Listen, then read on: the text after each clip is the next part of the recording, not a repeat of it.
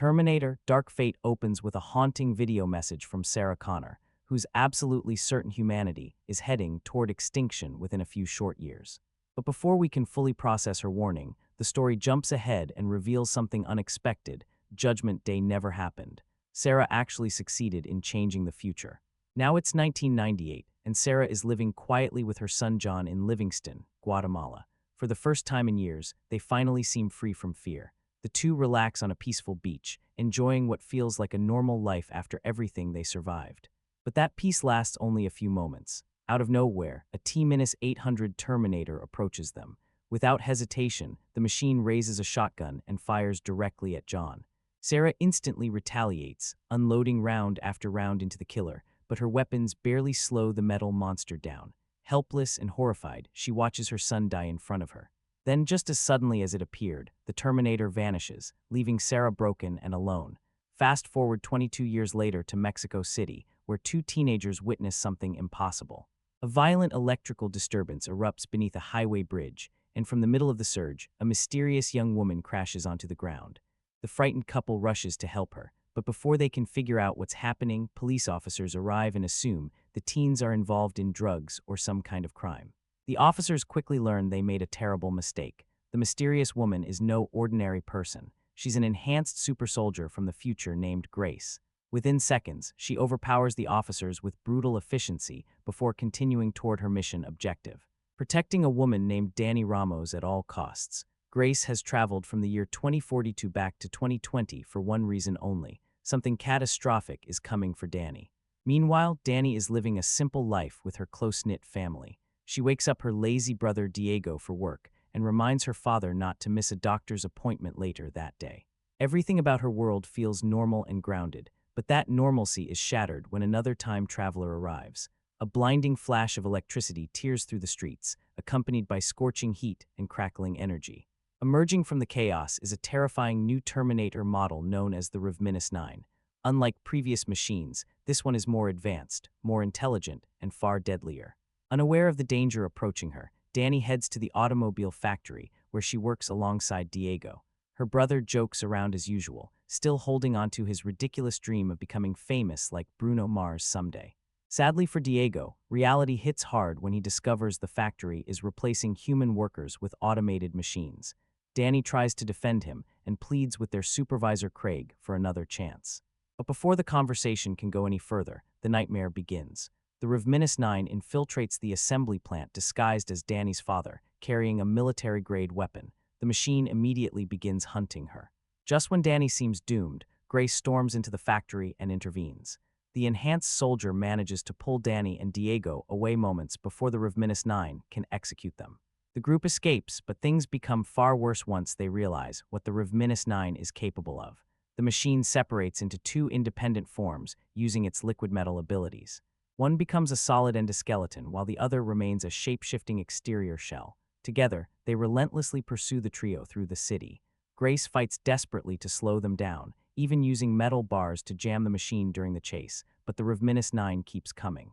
It finally catches up and violently destroys their vehicle's tires. The attack turns deadly. Diego is killed during the ambush, ending both his life and his silly dream of stardom in an instant. In his final moments, he begs Grace to protect Dani no matter what happens. Now cornered and vulnerable, Dani and Grace are moments away from being slaughtered.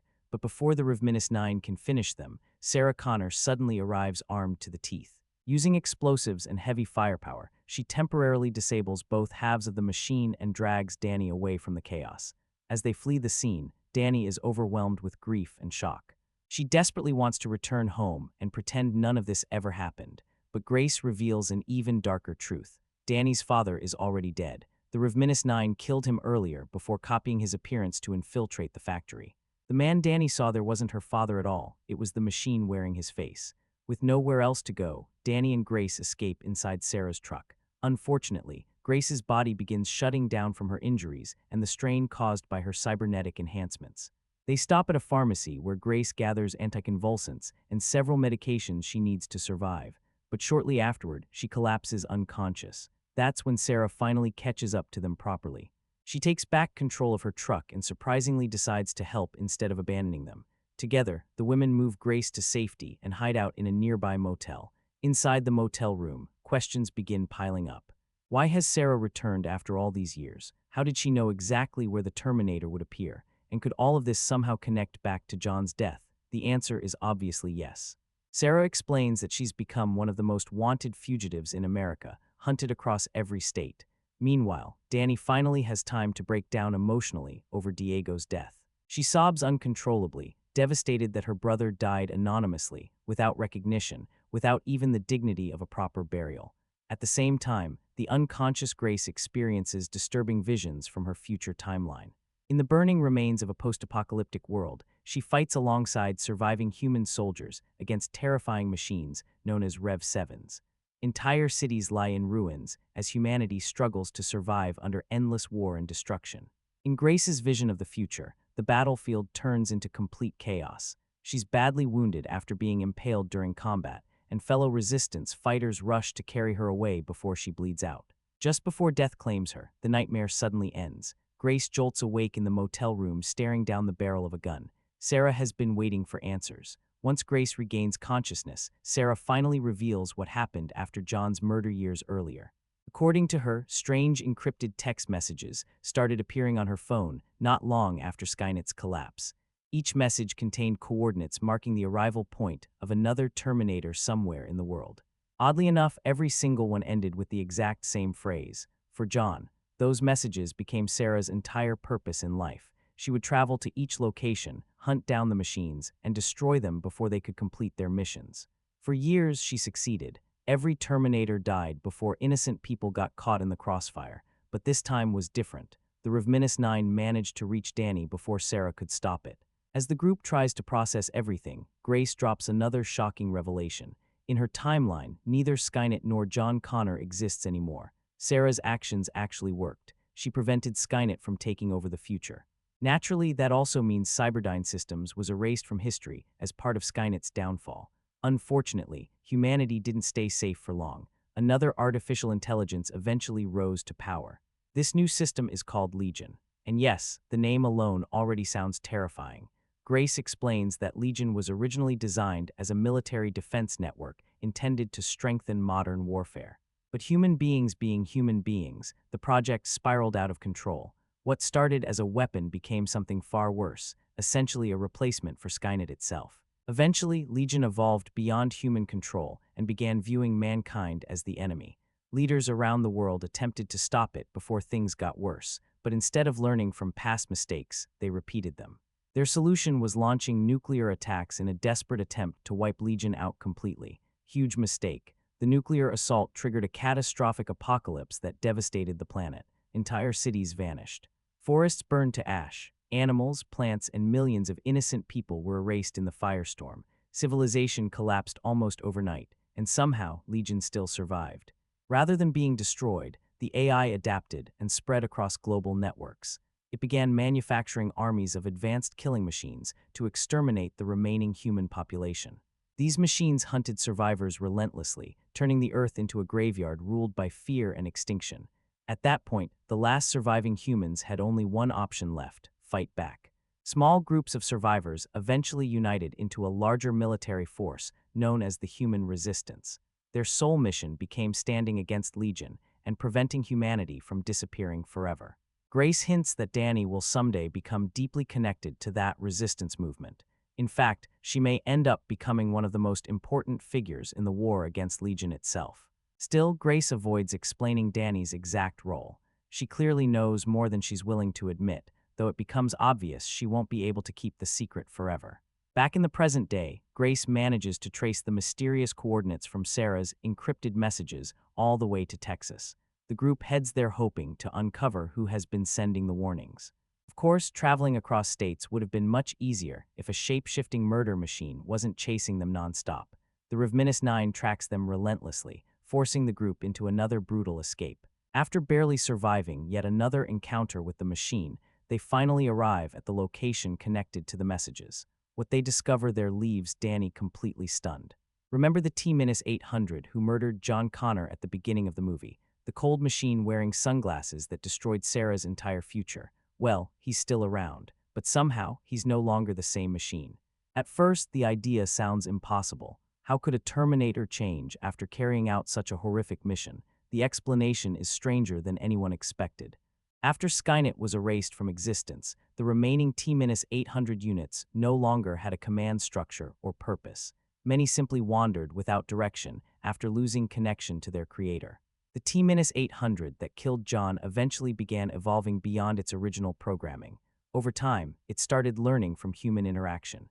Slowly, the machine developed awareness, understanding behavior patterns, emotions, and social relationships. Eventually, it built an entirely new life for itself.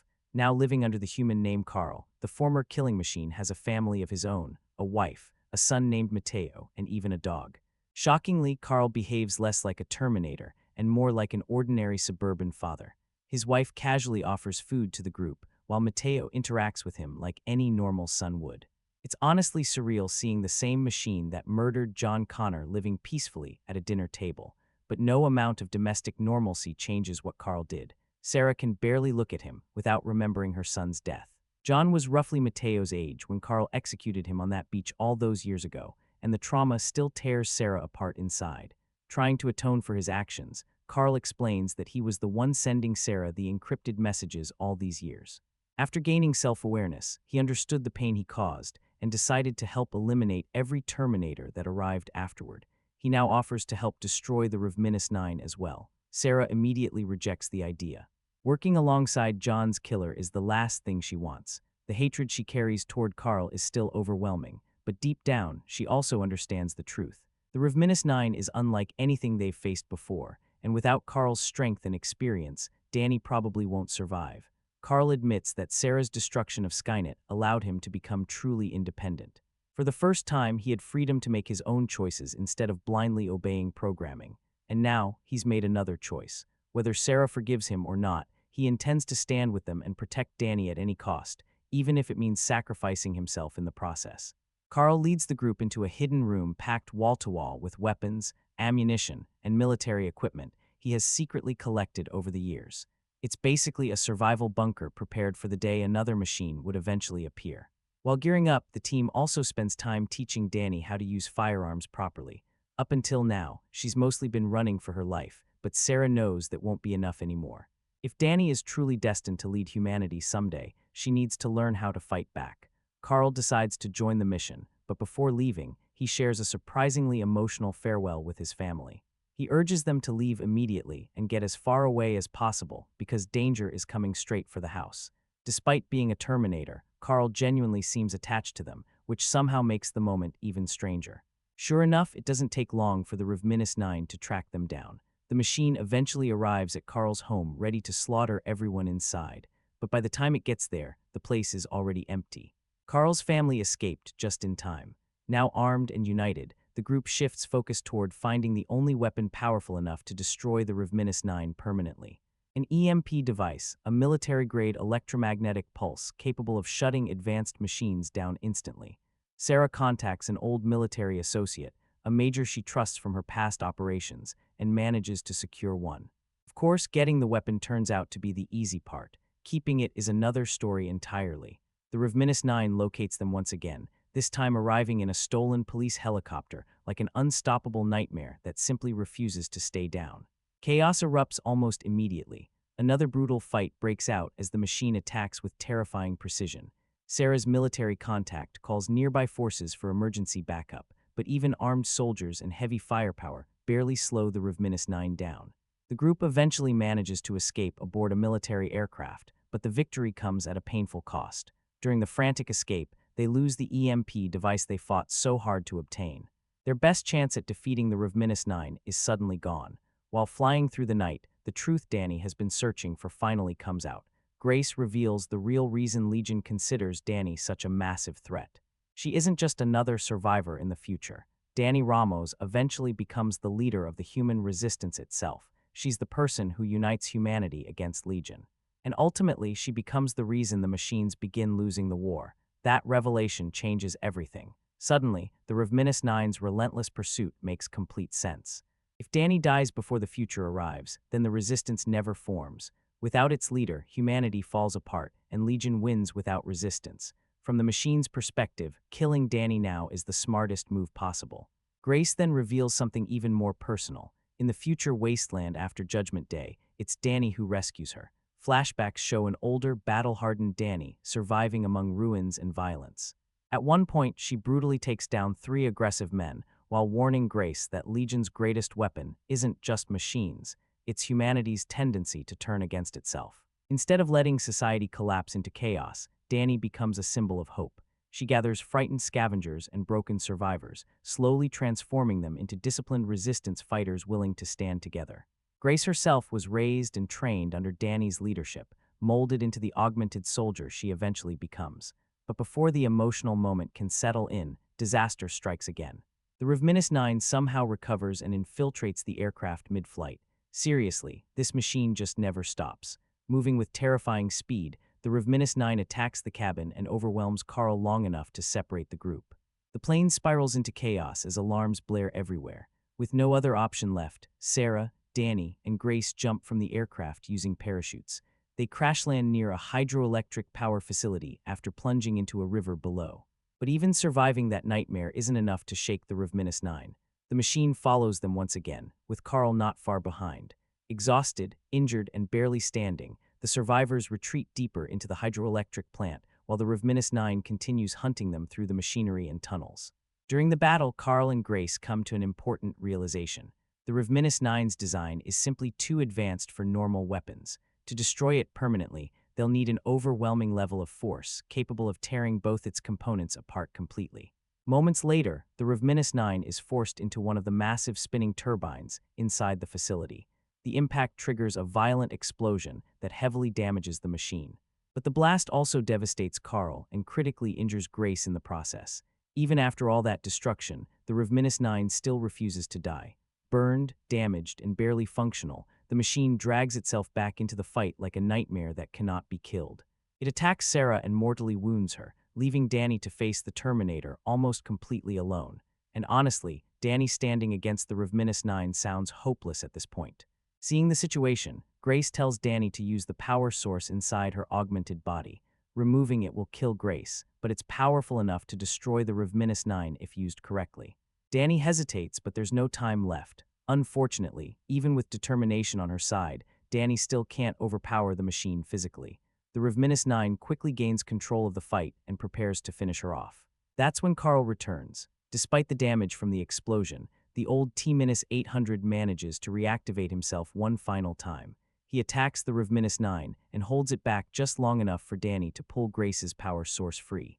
Using the energy core like a weapon, Danny drives it directly into the Rev-9's body, essentially turning the machine into a walking bomb. But before the detonation can happen, Carl grabs hold of the Rev-9 and hurls both of them over the edge of the platform.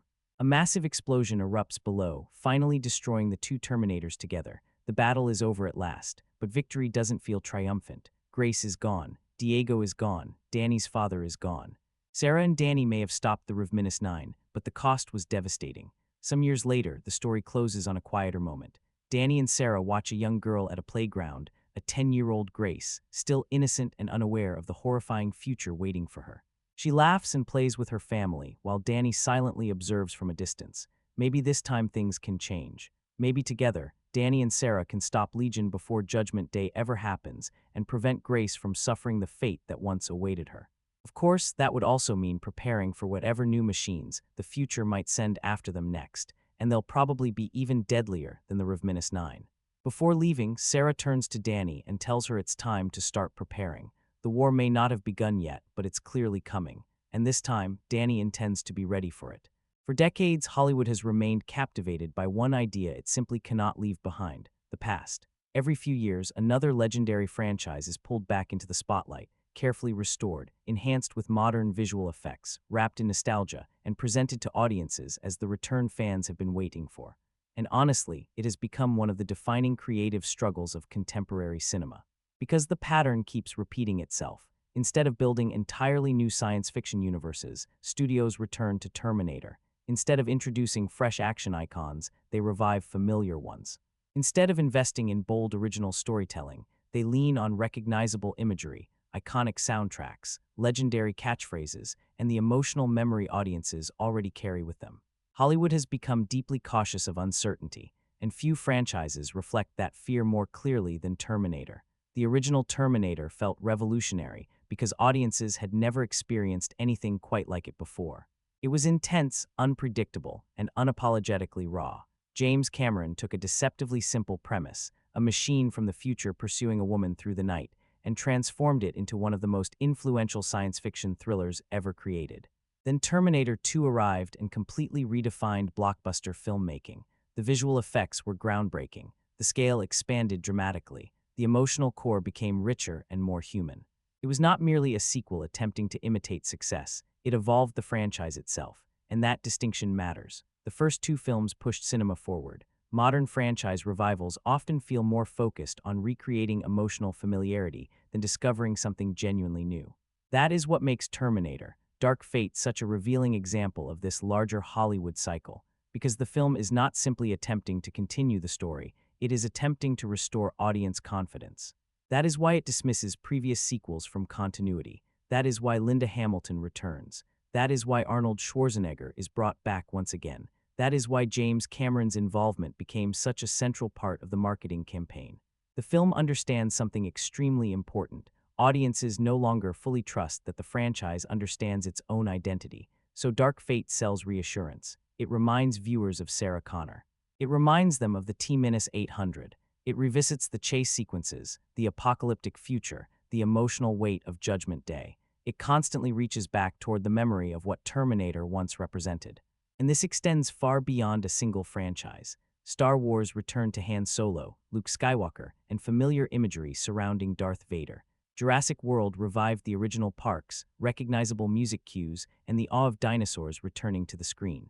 Ghostbusters, Halloween, Indiana Jones, Top Gun, the cycle continues again and again. Studios are no longer simply producing sequels, they are reconstructing emotional comfort zones. And audiences increasingly find themselves caught between two opposing emotions, excitement and exhaustion, because there is undeniably something powerful about seeing iconic characters return. Watching Linda Hamilton step back into the role of Sarah Connor immediately reconnects audiences to decades of cinematic history. Seeing Arnold Schwarzenegger return carries an almost automatic nostalgic response. These characters genuinely matter to people, but nostalgia carries its own danger. Eventually, it can begin replacing creativity itself, and that is where franchises start to feel trapped. Because every revival faces the same impossible question: how do you make something feel both classic and genuinely new at the same time? Change too much, and longtime fans reject it. Repeat too much, and audiences dismiss it as creatively stagnant. So films like Dark Fate become suspended somewhere in the middle, part sequel, part reboot, part apology to disappointed fans. And you can feel that internal conflict throughout the entire film. The movie desperately wants to honor the original stories, while simultaneously preparing a new generation to replace them. It wants Sarah Connor to return, but it also wants Danny and Grace to represent the future. It wants the familiar Terminator pursuit structure, but filtered through modern visuals and contemporary thematic ideas. In many ways, it seeks evolution without fully letting go of nostalgia. That balancing act has quietly become Hollywood's dominant business model. The industry has become so dependent on recognizable intellectual property that original concepts rarely receive the same level of financial support, marketing confidence, or studio commitment. From a business perspective, the logic is understandable. Why take a risk on something unfamiliar when audiences already recognize the Terminator name? Financially, the strategy makes sense. Creatively, however, it can lead to stagnation. Because eventually franchises stop progressing forward and begin looping endlessly. Different timelines, different protagonists, different antagonists. Yet beneath the surface, the structure often remains the same references, the same emotional callbacks, the same carefully engineered nostalgia. The machine simply continues restarting itself. And perhaps the most revealing part is that audiences can feel this process happening in real time. That is why reactions to modern legacy sequels often become so emotionally charged. People are no longer responding only to the quality of a film. They are responding to how beloved memories, cultural icons, and cinematic history are being treated. When a legacy sequel succeeds, audiences feel reconnected to something meaningful from their past. When it fails, the disappointment can feel unexpectedly personal. That is exactly why Terminator, Dark Fate became such a divisive film. Some viewers saw it as a respectful return to the franchise's roots. Others viewed it as another example of Hollywood revisiting a classic because it had exhausted its supply of original ideas. And honestly, both perspectives hold truth, because Dark Fate absolutely demonstrates that the Terminator formula still functions on a fundamental level. Advanced machines, future conflicts, time travel, relentless pursuit sequences, these ideas remain timeless. But the film also unintentionally exposes a deeper issue within modern franchise culture. Hollywood no longer fully trusts the creation of new myths, it trusts recycled ones. That is why studios continue returning to the same worlds repeatedly. Not necessarily because the stories demand continuation, but because familiarity feels safer than invention. And eventually, every legacy franchise arrives at the same crossroads. Do you preserve the past? Do you reinvent it? Or do you continue replaying it until audiences eventually disconnect altogether? That question hangs over Terminator, Dark Fate from beginning to end. Because beneath the large-scale action, visual spectacle, and returning characters, the film quietly reveals something much larger about contemporary cinema. Hollywood has become deeply addicted to resurrection, even when the story may have already reached its conclusion. One of the most fascinating aspects of Terminator, Dark Fate, is that the film spends nearly its entire runtime attempting to persuade audiences that it is simultaneously a continuation and a correction. Not simply another sequel, not entirely a reboot, but something positioned carefully between the two, a cinematic reset disguised as a direct continuation, and honestly, that identity conflict becomes the movie itself. Because Dark Fate arrives with one enormous promise: forget everything after Terminator 2, Judgment Day. That single creative decision reshapes the entire franchise. The film openly removes Rise of the Machines, Salvation, Genesis, and even the television series from continuity. It essentially tells audiences, those futures no longer matter. This is the definitive timeline, and the moment a franchise begins erasing parts of its own history, you immediately recognize how unstable the situation has become, because this was never purely a creative choice. It was also an act of franchise repair. Hollywood realized the Terminator mythology had become tangled inside too many timelines, too many reboots, too many conflicting futures, and too many competing interpretations. Every sequel attempted to restart the franchise, yet instead of refreshing the universe, it gradually made the mythology feel increasingly fragmented and uncertain. So Dark Fate attempts to simplify everything. It reconnects directly to the emotional legacy of James Cameron's original two films. Linda Hamilton returns as Sarah Connor. Arnold Schwarzenegger returns as the T-800. James Cameron returns as producer. The marketing campaign leans heavily into nostalgia. The film wants audiences to believe the franchise has finally found its way back home. But here is where the situation becomes genuinely interesting. Even though Dark Fate rejects the previous sequels, it still behaves remarkably similar to them. Think about it. A new future emerges. A new artificial intelligence replaces Skynet. A new central figure emerges as humanity's future hope. A new protector travels back through time. A new advanced Terminator arrives to pursue them. The names evolve. The timeline shifts. But structurally, the cycle remains remarkably familiar. That is why Dark Fate feels so unusual. Technically, the film is attempting to move forward while emotionally relying on the past at nearly every moment. The movie constantly balances three separate identities simultaneously. First, it presents itself as a direct continuation of Terminator 2. It wants emotional continuity to matter. Sarah Connor's trauma matters. The consequences of Judgment Day matter. The film carries itself as the authentic third chapter audiences were never given. Second, it behaves like a reboot. New protagonists are introduced. Danny becomes the future's emerging symbol of resistance. Grace represents a modernized version of the protector archetype. Slowly, the film begins shifting the franchise toward a new generation. And third, it operates as a complete franchise reset. Because Dark Fate is not simply telling another story, it is reconstructing the foundational rules of the entire universe. That becomes especially clear through the replacement of Skynet. This is one of the film's boldest and most controversial creative decisions. For decades, Skynet represented the defining threat of the Terminator mythology. It symbolized technological apocalypse, artificial intelligence turning against humanity, nuclear devastation, and inevitable machine domination. But Dark Fate introduces a far more unsettling idea. Even if Skynet is prevented, humanity still creates another technological catastrophe anyway. The future changes its name, but not its outcome. Legion replaces Skynet, different artificial intelligence, same collapse. And honestly, that concept is more intelligent than many critics initially acknowledged. because it transforms Terminator from a story about one specific machine system into something broader, a story about humanity's endless movement toward technological self-destruction. The apocalypse becomes inevitable not because of a single computer network, but because humanity continuously builds toward it. That idea dramatically expands the franchise's possibilities. Whether audiences embraced it or not, it explains why Dark Fate restructures the mythology the way it does. The film is essentially saying, this story is no longer exclusively about John Connor. It is about cycles, repeating futures, endless conflict between humanity and its own creations. And honestly, that is simultaneously the film's most compelling idea and its greatest risk. Because the moment Dark Fate removes John Connor from the emotional center of the mythology, the franchise changes permanently. For some viewers, that represented bold storytelling. For others, it felt impossible to accept. And that division ultimately defines the movie itself.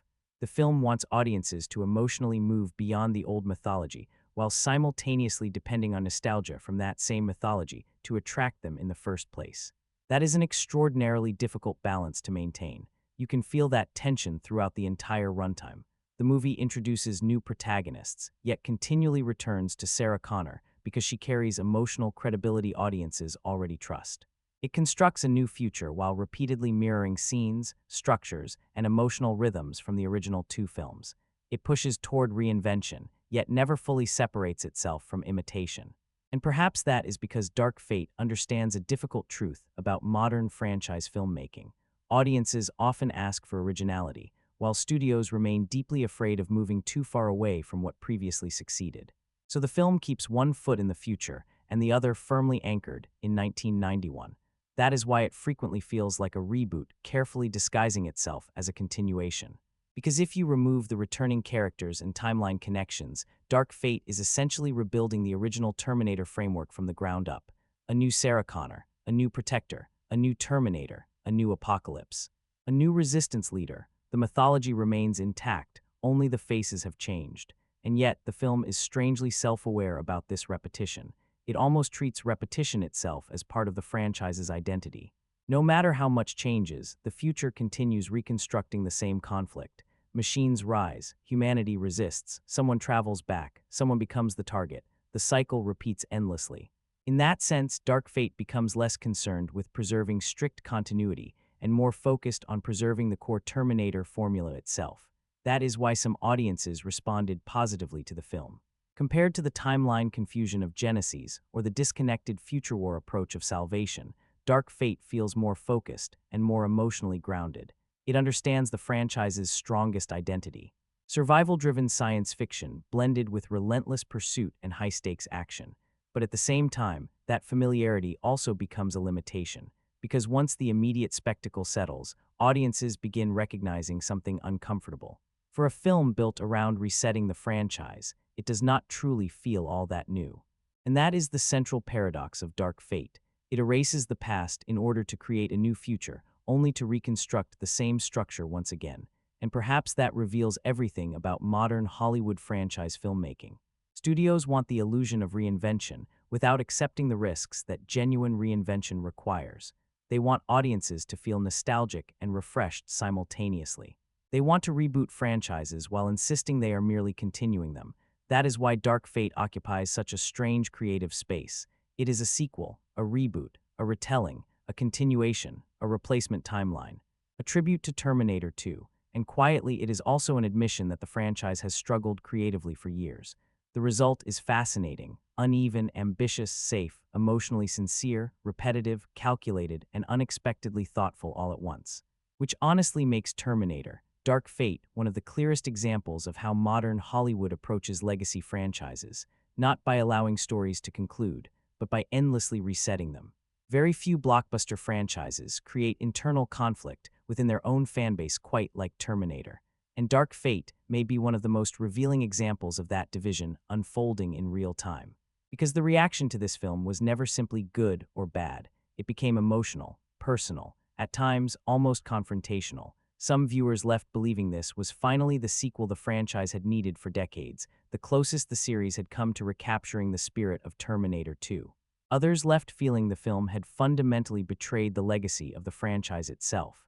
And what makes this fascinating is that both responses are completely understandable.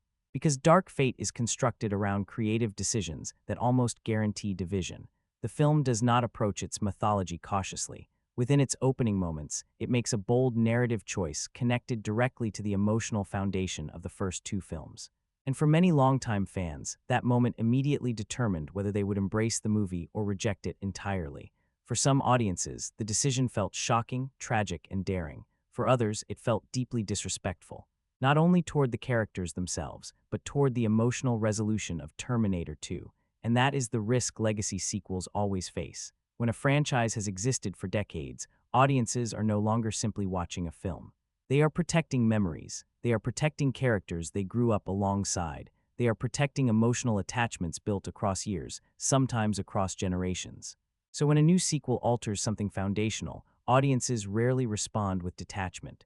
They respond emotionally. That is exactly what happened with Dark Fate. One side praised the film for taking meaningful risks.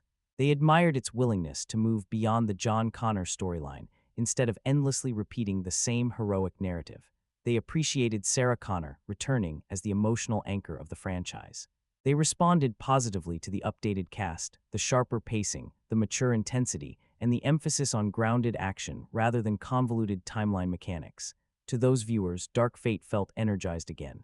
Compared to the confusion surrounding Genesis or the emotional distance of several later sequels, this film at least seemed to understand what Terminator was fundamentally supposed to feel like. The pursuit sequences carried urgency. The threat felt genuinely dangerous, and most importantly, Linda Hamilton mattered again. Arnold Schwarzenegger once again feels meaningful within the story, and for many longtime fans, that alone was enough to elevate Dark Fate above most post-Titwo sequels. But then comes the other side of the reaction, the viewers who genuinely rejected the film, and their frustration was anything but minor. For them, Dark Fate represented everything troubling about modern Hollywood franchise culture. They saw the movie as another example of studios attempting to revive a classic property while dismantling the very mythology that originally made audiences emotionally invested in it. To those viewers, the film did not feel like continuation. It felt like replacement, a replacement of familiar heroes, a replacement of established futures, a replacement of emotional history itself. And because the movie relies so heavily on nostalgia, while simultaneously rewriting major parts of the mythology, some audiences felt emotionally manipulated by the experience. That contradiction sits directly at the center of the backlash. The film constantly communicates two opposing messages at the same time: respect the past, and simultaneously, now move beyond it. Not every viewer was willing to make that transition, especially with a franchise as culturally significant as Terminator. Another reason the reception became so divided is because Dark Fate exists within an unusually complicated quality range. It is not weak enough to unite audiences against it, but it is not exceptional enough to silence criticism either, and that middle ground can be incredibly volatile. Because when a film is genuinely unsuccessful, most audiences eventually reach similar conclusions. And when a film is undeniably extraordinary, broad consensus often follows over time. But movies that exist somewhere in between create endless debate because every viewer emphasizes different strengths and weaknesses, and Dark Fate is filled with contradictions. Some viewers loved the relentless action sequences. Others felt the film drifted into exhausting visual overload. Some praised the female-led cast and viewed it as a natural extension of Sarah Connor's legacy. Others interpreted it as forced modernization. Some believed the movie respected the tone of the original films. Others felt it was simply repeating the same structure with different characters. Some audiences appreciated the emotional direction given to Arnold Schwarzenegger's T-800. Others believed the film pushed the humanization of the Terminator too far. Even the pacing became divisive. Certain viewers admired how aggressively the movie moves forward without hesitation. Others felt the film rushed through important emotional moments before slowing unevenly in the middle sections. And perhaps the largest divide came from expectations themselves. Because every Terminator fan carries a completely different vision of what the franchise should fundamentally be. Some want science fiction horror. Some want large-scale action spectacle. Some want philosophical futurism. Some want full future war storytelling. Some want emotionally driven character drama. And some simply want to watch Arnold Schwarzenegger battling machines once again. The challenge is that Dark Fate attempts to satisfy nearly all of those audiences simultaneously, and that rarely succeeds cleanly. The film becomes part action thriller, part reboot, part nostalgic tribute, part political commentary, part emotional continuation, and part franchise reset all at once. Depending on what viewers personally wanted from the series, their reaction shifted dramatically. That is why two people can watch the exact same movie and walk away with completely opposite interpretations. One sees thrilling blockbuster entertainment, the other sees the collapse of the franchise. And honestly, online culture intensified that divide even further. Modern fandom rarely allows films to exist comfortably within ambiguity anymore. Every major franchise release immediately becomes part of a larger digital conflict. Audiences choose positions almost instantly. Words like masterpiece, disaster, franchise ending, or franchise saving begin circulating within hours. Subtlety disappears, nuance disappears, everything becomes amplified, and Dark Fate arrived directly inside that environment. The film was analyzed politically, emotionally, nostalgically, commercially, and ideologically all at the same time. Some audiences judged it purely as entertainment. Others evaluated it based on how it treated legacy characters. Others viewed it entirely through the lens of broader Hollywood trends. Very few people approached it neutrally. And perhaps that is because Terminator itself carries too much significance across too many generations. The first two films are not simply popular blockbusters, they are cinematic landmarks. Which means every sequel released after Terminator 2 enters an almost impossible situation. It is not competing against average franchise installments. It is competing against one of the greatest science fiction sequels ever made. That pressure overwhelms nearly every continuation, and Dark Fate clearly feels the weight of that expectation. The movie desperately wants to reconnect audiences to the emotional intensity of the James Cameron era. It wants viewers to remember why they fell in love with Terminator in the first place. But simultaneously, it understands that the franchise cannot survive forever by repeating Sarah Connor and John Connor stories in identical ways. So it attempts to evolve, and that evolution itself became the source of division, because audiences often claim they want change until the franchise genuinely changes. Then nostalgia transforms into protection. And that is why the response to Dark Fate became so complicated. The film is too respectful to function as a total reinvention, too aggressive to exist as pure nostalgia, too entertaining to dismiss entirely, too repetitive to fully celebrate without hesitation, too ambitious for some viewers, too cautious for others. It exists in this unusual middle space where almost every compliment arrives attached to criticism. Yes, but that becomes the entire conversation surrounding the film. Yes, Linda Hamilton delivers a powerful performance, but the narrative revisits familiar ideas. Yes, the action sequences are intense, but the visual effects occasionally become overwhelming. Yes, Grace emerges as a compelling new character, but Danny feels comparatively underdeveloped. Yes, it may be one of the stronger sequels since Terminator 2, but that standard itself reveals how creatively unstable the franchise has become. And perhaps that is the final truth about Dark Fate. It is not a universally celebrated comeback. It is not a universally rejected failure. It is a film trapped between generations of fans. Trapped between nostalgia and reinvention. Trapped between honoring the past and escaping it, which honestly makes it one of the most fascinatingly divisive blockbuster sequels of the modern franchise era. Because the reaction to Dark Fate reveals just as much about the audience as it does about the movie itself. At a certain point while watching Terminator, Dark Fate, a strange realization quietly begins forming in your mind. You have experienced this story before, not literally scene for scene, but structurally, emotionally, rhythmically. The film feels deeply familiar long before individual moments arrive. And that becomes one of the central conversations surrounding Dark Fate. Has the Terminator franchise become trapped within its own formula? Because once you move beyond the new characters, updated visual effects, and modern setting, the movie follows the exact DNA of the original films with remarkable precision. A machine arrives from the future. A protector follows moments later. One seemingly ordinary person becomes essential to humanity's survival. The antagonist relentlessly pursues them across highways, factories, safe houses, detention centers, aircraft, and industrial environments. The heroes escape, fight, regroup, escape again, and eventually sacrifice becomes the only remaining path forward. That is the Terminator, that is Terminator 2, and that is Dark Fate once again. Now, to be fair, there is a reason this formula became iconic in the first place. The original Terminator is essentially a science fiction slasher film disguised as cyberpunk action. A relentless machine pursues vulnerable humans through the darkness, and the tension comes from inevitability itself. You cannot negotiate with the machine. You cannot reason with it. You cannot persuade it to stop. It simply continues advancing.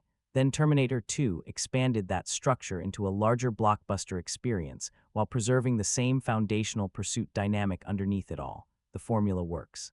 The challenge is that after decades of sequels, audiences no longer experience genuine surprise from it, and Dark Fate understands this. You can actually feel the movie attempting to modernize the formula in real time. Instead of John Connor, the film introduces Danny Ramos. Instead of Kyle Reese, there is Grace. Instead of Skynet, there is Legion. Instead of the T-1000, there is the Rev-9. The names evolve, the faces change. But the machinery underneath remains remarkably familiar. That is why some viewers describe Dark Fate less as a true sequel and more as a carefully reconstructed remix. The film is not inventing an entirely new structure. It is reassembling the franchise's most recognizable components. And honestly, that creates a very unusual viewing experience, because on one level, the movie becomes immediately accessible. Audiences already understand the rules of the world. The pacing feels familiar. The threat feels familiar. The emotional progression feels familiar. Even the rhythm of the action sequences feels intentionally connected to the James Cameron films. But gradually, that familiarity begins transforming into predictability. You start anticipating narrative turns before they arrive. You know the protector will slowly develop an emotional connection with the target. You know Sarah Connor will eventually become personally invested. You know the Terminator will continue returning after every apparent defeat. You know sacrifice is waiting somewhere ahead. And because the structure feels so recognizable, some of the emotional tension inevitably weakens. The earlier films worked partly because audiences genuinely did not know where the story might go. The original Terminator felt dangerous because the concept itself was new. Terminator 2 surprised audiences by transforming Arnold Schwarzenegger from antagonist into protector. Those films carried unpredictability inside their DNA. Dark Fate does not have that advantage. Instead, it depends heavily on recognition. The movie constantly echoes earlier Terminator imagery, industrial environments, highway pursuit sequences, massive vehicles crashing through barriers, metal endoskeletons emerging from destruction, the unstoppable machine walking calmly through chaos. Everything is designed to awaken memory, and this is where the film becomes trapped by nostalgia. Because every time Dark Fate references the earlier movies, audiences naturally compare those moments to more iconic versions that already exist. The Rev-9 is immediately measured against the T-1000. Grace is compared to both Kyle Reese and the Protector version of the T-800. Danny is compared to Sarah Connor. Nearly every emotional beat exists beneath the shadow of something audiences already consider legendary. That repetition becomes even more noticeable when examining the franchise's central philosophy. For all the discussion about changing fate, the Terminator universe rarely changes in any meaningful way, and perhaps that is intentional at this point. The future continuously rebuilds itself. Different artificial intelligences emerge, different resistance leaders rise, different protectors travel through time, different Terminators pursue them, yet humanity keeps replaying the same war repeatedly.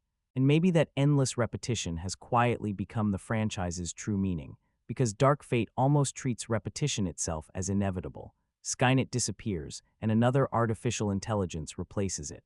John Connor disappears, and another savior emerges. The apocalypse changes form, but never direction. The film practically argues that Judgment Day is not a single event, it is a recurring cycle. Humanity continuously recreates the same catastrophe through different systems, technologies, and ambitions. That idea is genuinely fascinating, but the challenge is that while the themes explore inevitability, the storytelling itself also becomes repetitive. And those are two very different things. A franchise can intentionally examine cycles while still telling fresh stories within those cycles. Dark Fate struggles because it often seems more comfortable recreating familiar emotional rhythms than truly evolving them. Even many viewers who enjoyed the film acknowledged this tension. They praised the action sequences, praised the pacing, praised Linda Hamilton's return, praised Grace as a compelling addition to the mythology, but still walked away asking the same question: why does all of this feel so familiar? And perhaps the clearest sign of the repetition issue is this: many viewers can accurately predict the emotional structure of Dark Fate within its opening 30 minutes. That becomes dangerous for a franchise built around suspense and inevitability. Now, the film absolutely attempts to introduce new elements: the political undertones surrounding immigration and borders, the female-led dynamic, the concept of augmented humans, the emotional evolution of Carl, the replacement of Skynet with Legion. but none of those ideas fundamentally alter the core engine driving the story, and that engine remains the pursuit. Always the pursuit. That is why some viewers defended the film by saying, "This is exactly what a classic Terminator movie should feel like." And honestly, that argument is completely fair. Dark Fate absolutely understands the classic Terminator blueprint better than several previous sequels ever did. Compared to the timeline confusion of Genesis or the radically different direction of Salvation, this movie clearly reconnects with the franchise's survival thriller roots. But understanding the formula is not the same thing as transcending it.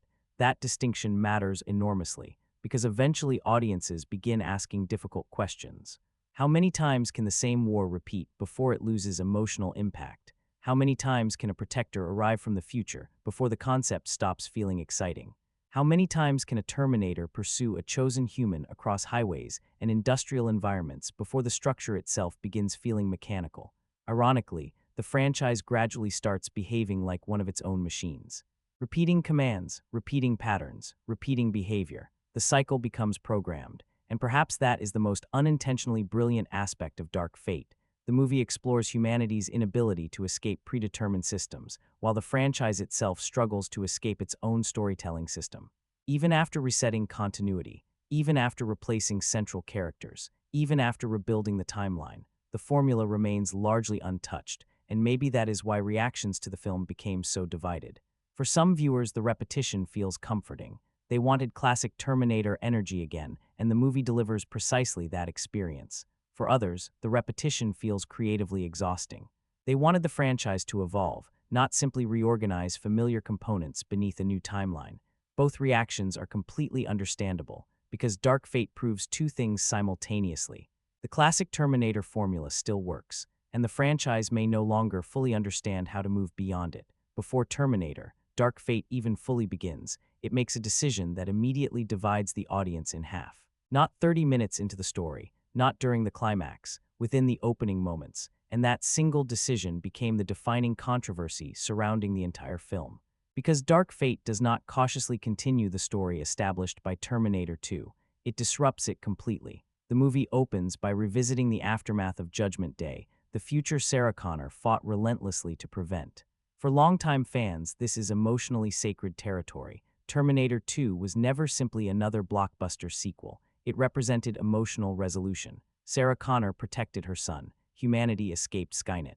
The future finally became uncertain again. That ending mattered deeply to audiences. For decades, many viewers emotionally accepted Terminator 2 as the true conclusion of the story. Then Dark Fate arrives and quietly says, the conflict never truly ended, and the way the film communicates that message immediately shocked audiences. The opening scene is not controversial merely because of what happens. It is controversial because of what it symbolizes. The movie essentially reveals that the emotional victory of Terminator 2 was temporary. The triumph still mattered in one sense, Skynet was prevented, but the personal consequences become devastating. Suddenly, the franchise's most important legacy is rewritten in profoundly painful fashion. For some viewers, that represented bold storytelling. For others, it felt almost impossible to forgive. And honestly, that reaction was inevitable, because when you alter something emotionally connected to a beloved classic, audiences do not respond logically first. They respond emotionally. People grew up with John Connor. People viewed Terminator 2 as one of the great hopeful conclusions in blockbuster cinema. Sarah Connor had finally escaped the nightmare of inevitability. Humanity was no longer completely imprisoned by fate. Then Dark Fate reopens that wound. That is why so many longtime fans reacted so intensely to the opening sequence. Not because the scene is poorly executed. From a filmmaking perspective, it is staged with remarkable precision and efficiency, but because it directly challenges the emotional meaning of the earlier films. The movie takes a creative risk that most legacy sequels avoid entirely. It removes certainty. Suddenly, the franchise is no longer centered around protecting one chosen savior. Instead, it becomes about cycles, different futures, different leaders, different technological catastrophes. That is an ambitious idea, but it comes with a significant emotional cost, because the moment Dark Fate shifts away from John Connor, it fundamentally alters the identity of the franchise itself. And many fans were never going to fully accept that transition, especially because the opening feels so final, so abrupt, so emotionally cold. There is almost no gradual buildup, no extended farewell, no grand heroic conclusion. just sudden violence and immediate consequence, which, to be fair, is actually very consistent with the spirit of Terminator. The original films always carried the feeling that death could arrive without warning. The machines are not sentimental. They do not care about destiny, closure, or emotional resolution, but audiences do, and that is the crucial difference. Fans spent decades emotionally connected to the mythology surrounding Sarah and John Connor. So when Dark Fate disrupts that mythology, viewers naturally begin questioning the purpose behind it. Why remove John Connor at all? Why erase the future audiences already recognized? Why construct an entirely new savior narrative? As the film continues, the answer becomes increasingly clear. Dark Fate is attempting to free the franchise from its dependence on John Connor. The movie wants the Terminator universe to exist beyond a single bloodline. It wants the conflict between humanity and artificial intelligence to become larger than one family. The future evolves. The enemy evolves. Humanity continues repeating the same mistakes. Conceptually, that is genuinely compelling. Emotionally, however, it becomes extremely difficult to persuade audiences to accept, because for many viewers, Terminator was John Connor. Not merely symbolically, emotionally. He represented the future, resistance, hope, destiny. So when the film removes him from the center of the mythology, some audiences felt the franchise itself lost its emotional foundation. Others, however, admired the boldness of the decision. Many viewers praised Dark Fate for refusing to endlessly recycle the exact same mythology forever. They argued that continuously protecting John Connor had become creatively restrictive. The franchise needed new characters, new stakes, and a new future if it ever hoped to evolve meaningfully. And that is where the debate becomes truly fascinating, because both sides are responding from genuine emotional investment. The audiences who rejected the opening felt the film undermined the emotional resolution of Terminator 2. The audiences who defended it believed the franchise needed to escape endless repetition. Neither perspective is entirely wrong. That is why the opening sequence became so explosive online. The discussion was never simply about plot mechanics. It became about ownership of legacy itself. Who decides what Terminator means now? Does the franchise belong permanently to its original mythology, or does it have the right to evolve into something different? Dark Fate answers that question immediately and with startling force. The scene also completely transforms Sarah Connor as a character. Without that opening moment, Sarah's emotional state throughout the rest of the film would not carry the same weight. Her bitterness, isolation, rage, and obsession all emerge from that loss. Linda Hamilton portrays Sarah like someone emotionally frozen in time, unable to escape the war because the war has already taken everything from her. That gives the character enormous emotional gravity, but once again, that emotional power is built from tragedy, and tragedy inside legacy sequels is always risky territory. Modern Hollywood repeatedly struggles with this exact challenge. Legacy films want returning characters because audiences love them, but if those characters remain permanently untouched, the stories eventually lose dramatic tension. So writers often choose between two extremes: preserve the legacy safely, or damage part of it in order to create meaningful emotional stakes. Dark Fate chooses the second path, and that is why the response became so intense. Some viewers respected the movie for taking a genuine creative risk instead of relying entirely on nostalgia. Others believed the film confused shock value with meaningful storytelling. Even years later, that debate still defines conversations surrounding the movie. What makes the situation even more interesting is that the rest of Dark Fate depends almost entirely on whether audiences emotionally accept that opening sequence. If viewers embrace it, Sarah Connor's journey becomes tragic and compelling. The franchise suddenly regains unpredictability. The future feels unstable again. Fate becomes cyclical instead of linear. But if viewers reject the opening, the emotional foundation of the entire movie begins collapsing, because then every attempt to build a new mythology starts feeling less like evolution and more like replacement. And that is the real reason the opening scene matters so much. It is not simply a plot twist. It is the foundation of the film's entire identity. The movie is essentially asking audiences to release the old future in order to accept a new one. Some viewers were willing to make that leap. Others never forgave the film for asking them to. And honestly, that tension may be exactly why the scene remains so powerful, even for audiences who disliked it. Because very few modern franchise films are willing to challenge their audience this aggressively anymore. Most legacy sequels operate carefully within nostalgia. Dark Fate weaponizes nostalgia instead. It takes something audiences emotionally protected for nearly 30 years and reminds them that inside the world of Terminator, nobody is ever completely safe from fate, one of the largest debates surrounding Terminator. Dark Fate has very little to do with action sequences, performances, or nostalgia. It revolves around logic, or more specifically, how much logical inconsistency audiences are willing to accept inside a franchise built entirely around time travel. Because Dark Fate constantly walks an extremely delicate line between science fiction suspension of disbelief, and this raises serious narrative questions, and the movie seems fully aware of that tension.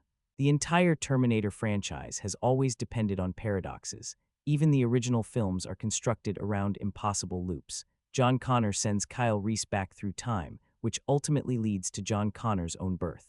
Cause and effect continuously fold into one another. Fans already understand that Terminator logic has always been complicated by nature, but there is an important distinction between complex mythology and convenient storytelling. And that is where Dark Fate begins dividing audiences again. Because the film introduces major timeline revisions, replaces Skynet with Legion, resets the mythology, restructures the future, and somehow still arrives at almost the exact same apocalypse. Different artificial intelligence, different resistance leader, different future war, same outcome. For some viewers, that idea feels philosophically brilliant. The film suggests humanity is trapped within an endless cycle of technological self-destruction. Even if one apocalypse is prevented, another eventually emerges.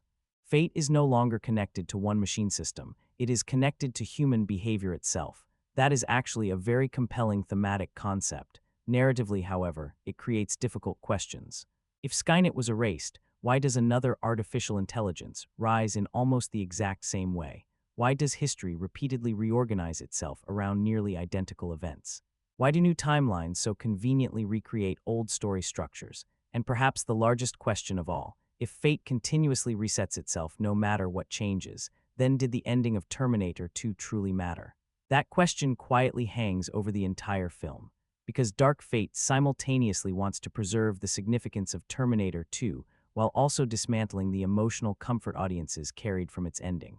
The film tells viewers that Sarah Connor succeeded, but also that she did not entirely succeed. Skynet is gone, yet Judgment Day still arrives under another identity. Humanity wins a battle. But the war simply regenerates in another form. That paradox becomes the foundation of the movie's internal logic. Some viewers accepted the idea immediately. Others viewed it as narrative manipulation. And honestly, both reactions are understandable, because the more Dark Fate attempts to explain itself, the more complicated and unstable its logic occasionally becomes. Take Carl, Arnold Schwarzenegger's T-800. The movie goes to enormous lengths attempting to justify his continued existence. It constructs an elaborate explanation involving completed missions, long-term survival, emotional evolution, and gradual adaptation to human life. Emotionally, parts of this storyline work surprisingly well. Logically, however, you can feel the screenplay working aggressively to hold the pieces together, and that pattern repeats throughout the film. Characters survive impacts that stretch credibility. The Rev-9 develops new abilities precisely when the action requires escalation. The timeline bends itself conveniently around the emotional needs of the story. Exposition arrives at exactly the moments necessary to move the plot forward. And as the film progresses, audiences are increasingly asked to stop examining details too closely and simply surrender to the momentum. Now, to be fair, the Terminator franchise has always required a certain level of audience acceptance. Time travel narratives almost always become unstable under microscopic analysis. Once enough why questions begin accumulating, most science fiction timelines eventually collapse under their own paradoxes. But exceptional science fiction creates internal emotional logic strong enough that audiences stop wanting to question it. That is the crucial distinction. The original Terminator films felt grounded despite their impossible premises because the emotional reality remained believable. The machines felt physical. The danger felt immediate. The characters felt vulnerable. Dark Fate occasionally loses that grounding, especially during its larger action sequences. The cargo plane sequence becomes the clearest example. Visually, it is energetic, chaotic, technically ambitious, and undeniably impressive on a spectacle level. But it pushes physical believability so far that the tension begins weakening. Human characters survive impacts that should realistically be fatal. Explosions become temporary obstacles rather than genuine threats. And once the characters stop feeling physically vulnerable, the audience's emotional acceptance of the movie's logic becomes more difficult to maintain. The same issue emerges through pacing. The film moves so aggressively from one action sequence to another that certain emotional developments barely have time to breathe. Danny adapts to the reality of time-traveling machines with remarkable speed. Relationships form rapidly under extreme pressure. Major revelations appear and disappear almost instantly because the movie is deeply afraid of slowing its momentum. That creates energy, but it also creates convenience. The screenplay frequently prioritizes movement over deeper explanation, and you can absolutely feel multiple creative voices shaping the narrative at different stages. Some ideas are genuinely compelling but underdeveloped. Others receive excessive explanation. The movie constantly attempts to simplify the mythology while simultaneously expanding it. That balancing act creates inconsistency. One moment, the film strives for emotional realism. The next, it embraces full blockbuster absurdity without hesitation. And strangely enough, sometimes that contradiction actually works in the movie's favor, because Dark Fate has a very specific attitude toward its own logic. It is less concerned with perfect coherence than with maintaining excitement, and that confidence becomes part of why some audiences enjoyed the film so much. The movie fully commits to its relentless chase thriller momentum. It throws advanced machines, collapsing aircraft, industrial destruction, magnetic fields, enhanced soldiers, and escalating chaos at the audience without apologizing for the sheer scale of its ambition. For some viewers, that unapologetic energy becomes part of the entertainment. The movie understands its own absurdity, and it embraces it honestly. Others, however, interpreted that same attitude as narrative laziness. To those viewers, Dark Fate felt like a film constantly asking audiences to ignore obvious questions because the screenplay itself did not possess satisfying answers. And this is where the franchise's largest long-term issue begins emerging. The more Terminator expands its timelines, the harder it becomes to emotionally anchor the universe itself. Every sequel introduces new rules, new futures, new paradoxes, new outcomes. Eventually, the mythology stops feeling inevitable and starts feeling flexible depending on whatever the current screenplay requires. Ironically, that flexibility both strengthens and weakens the franchise at the same time. On one hand, it creates endless storytelling possibilities. Dark Fate essentially argues that any future can exist because timelines continuously shift and reorganize themselves. In theory, that means the franchise could continue indefinitely. But on the other hand, if every future becomes replaceable, emotional investment becomes more fragile. Nothing feels entirely permanent anymore. Death becomes reversible. Timelines become disposable. Victory becomes temporary, and consequence weakens. Still, beneath all the chaos, there is one genuinely fascinating idea hidden inside the film. Dark Fate almost treats time travel itself as a curse. No matter how humanity alters the future, the cycle keeps repeating. Artificial intelligence rises again, machines return again, protectors travel back again. Another chosen figure emerges again. The future continuously reconstructs itself around conflict. That concept gives the film a strange existential sadness. Sarah Connor stopped Skynet, but humanity still created another apocalypse anyway. All that sacrifice, and fate simply discovered another path forward. That idea is arguably more compelling than the movie fully realizes. Because beneath the paradoxes, narrative shortcuts, and convenient storytelling, Dark Fate quietly asks an unsettling question. What if humanity is not trapped by one future, but by its own nature? That is a much deeper philosophical concept than the screenplay fully explores. Instead, the film often chooses speed over introspection, momentum over explanation, and spectacle over precision. And ultimately, that defines the audience reaction to its logic. Some viewers accepted the movie emotionally and embraced the experience without resistance. Others kept pausing to question narrative decisions the film could not fully justify. Neither side is entirely wrong, because Dark Fate is simultaneously more intelligent and more chaotic than it first appears. It contains philosophical ambition hidden beneath blockbuster spectacle. But it also depends heavily on narrative convenience to keep the machinery moving forward. And perhaps that contradiction is the most Terminator element imaginable. A franchise about machines gradually becoming unstable, slowly becoming unstable itself. Terminator, Dark Fate begins with one enormous idea. What happens after Judgment Day, if Judgment Day somehow still arrives anyway? That question becomes the foundation of the entire movie.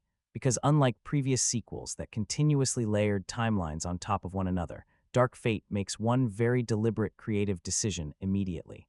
It reconnects directly to the ending of Terminator 2. Sarah Connor succeeded. Skynet was stopped. The future that haunted humanity for decades was erased. At least, that is what everyone believed.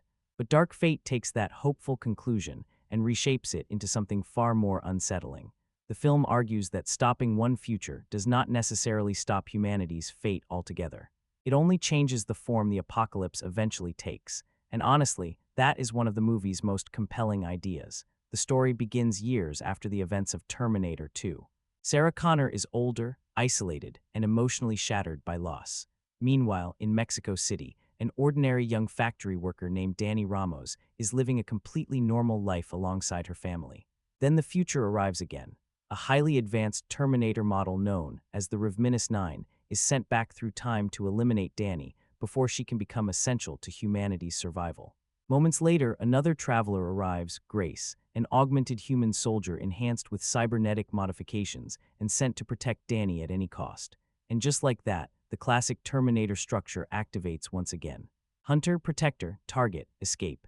At first glance, the setup feels immediately familiar, almost deliberately so. But beneath that recognizable structure, Dark Fate is quietly reconstructing the mythology of the franchise itself. Because this time, Skynet no longer exists. That future ended with Terminator 2. Instead, humanity eventually creates another artificial intelligence system called Legion. Different name, different timeline, same catastrophe.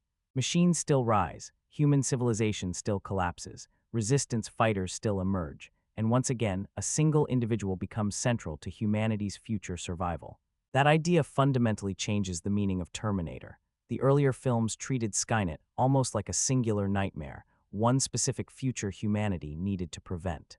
But Dark Fate reframes the apocalypse as something larger than Skynet itself. The danger is no longer one machine system. The danger is humanity's endless dependence on automation, militarization, artificial intelligence, and technological escalation. Prevent one apocalypse, and another eventually grows in its place. That concept gives Dark Fate an unexpectedly tragic emotional tone, because it means Sarah Connor technically succeeded, yet humanity still eventually lost.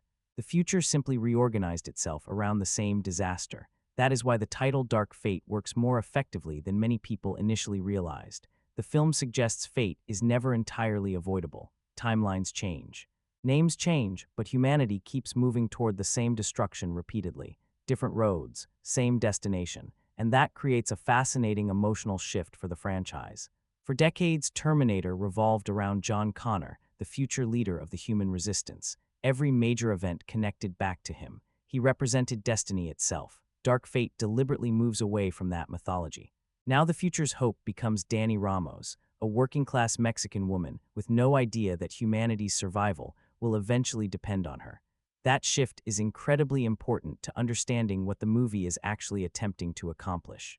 Because Dark Fate is not simply continuing the story after Terminator 2, it is replacing the old future with an entirely new one. New savior, new protector, new artificial intelligence, new apocalypse. The franchise is essentially rebuilding itself from the ground up while presenting itself as a direct continuation. And to the film's credit, it handles parts of that transition more smoothly than many viewers expected. Grace immediately emerges as one of the story's strongest elements. Unlike earlier protectors who often functioned primarily as exposition delivery systems, Grace feels physically damaged, emotionally exhausted, and genuinely burdened by her mission. Her enhancements give her extraordinary strength, but they also steadily weaken her body over time. That detail matters enormously because it preserves her humanity. She is not invulnerable, she suffers. And through Grace, the movie introduces one of its most compelling themes: humanity evolving through technology without completely surrendering itself to it. Meanwhile, Danny represents the opposite side of that equation, an ordinary person slowly realizing her importance within a collapsing world. The dynamic intentionally mirrors the original films. Danny echoes the innocence of young Sarah Connor, while Grace carries qualities associated with both Kyle Reese and the Protector version of the T-800 simultaneously. Once again, the structure feels familiar, but the pieces have been rearranged. The film also expands its geographical scope in ways the franchise had not fully embraced before. By centering Danny's story in Mexico and incorporating border systems, immigration detention, and militarized authority into the narrative, Dark Fate attempts to modernize the social atmosphere surrounding the franchise. The apocalypse no longer feels confined to traditional American science fiction imagery. The world feels broader, more unstable, more politically charged, and that helps the movie feel contemporary even while operating within an older formula. But here is where the frustration begins emerging. The stronger the film's ideas become, the more noticeable its lack of deeper exploration becomes, because the premise of Dark Fate is filled with genuinely rich thematic possibilities. What does it mean if humanity cannot escape technological self-destruction? What happens when fate simply reconstructs itself under another identity? Can artificial intelligence ever truly be prevented? Are human beings destined to repeat the same mistakes indefinitely? And perhaps the most unsettling question of all, if every apocalypse is eventually replaced by another, did any previous victory ever truly matter? Those are powerful ideas, but the film rarely pauses long enough to fully examine them. Instead, Dark Fate repeatedly rushes back toward pursuit sequences, large-scale action, explosions, and survival momentum. The philosophy exists beneath the surface, but the screenplay often treats it more as atmospheric texture than as the emotional center of the story. That is why reactions to the premise became so divided. Some viewers loved the idea of the franchise evolving beyond John Connor and Skynet. They saw it as necessary creative evolution. The future needed to become uncertain again. The mythology needed new energy. Others felt the film merely replaced old names with new ones while ultimately telling the same story once again. And honestly, that criticism is fair as well. Because despite all the timeline resets and thematic shifts, the structure itself remains remarkably similar to the earlier films. The movie still follows the classic pursuit blueprint. The emotional rhythms still echo Terminator and Terminator 2. Even the future war imagery feels intentionally familiar. That creates a fascinating contradiction. The premise wants to tell audiences, the future has changed, but the storytelling continuously reminds them it still looks very familiar. And perhaps that contradiction is intentional, because the deeper message of Dark Fate appears to be that history itself is cyclical. Humanity changes technology changes humanity, war evolves, machines evolve, but the cycle survives. That is why Legion replacing Skynet matters so much philosophically. The enemy was never merely one computer system. The enemy was inevitability itself. The film almost argues that human civilization is incapable of avoiding this outcome because it continuously creates the tools that eventually destroy it. That makes the future in Dark Fate feel less like an alternate timeline and more like a recurring disease. Every generation believes it has finally prevented the nightmare, until the nightmare returns under another name. And in many ways, that makes Dark Fate one of the darkest Terminator films conceptually, because beneath the explosions and blockbuster spectacle lies a profoundly bleak idea. Humanity may not be fighting one war against the machines. Humanity may be trapped inside an endless cycle of rebuilding the very future it fears most. That is an extraordinarily powerful premise. The problem is that the film only partially realizes how powerful it truly is. Instead of fully exploring the existential horror and tragedy of that inevitability, Dark Fate often settles for functioning as a fast-moving action film constructed around familiar franchise mechanics. And yet, even with all its flaws, the core premise remains fascinating, because for the first time in years, the franchise stops asking, "How do we stop Skynet?" and begins asking something far more unsettling. What if Skynet was never the real problem in the first place? One thing Terminator, Dark Fate understands exceptionally well is momentum. From the moment the film begins, it launches forward like a machine programmed with one objective: never stop moving. And honestly, for a while, that approach works remarkably well, because at its core, Terminator has always functioned less like traditional science fiction and more like a pursuit thriller disguised as futuristic cinema.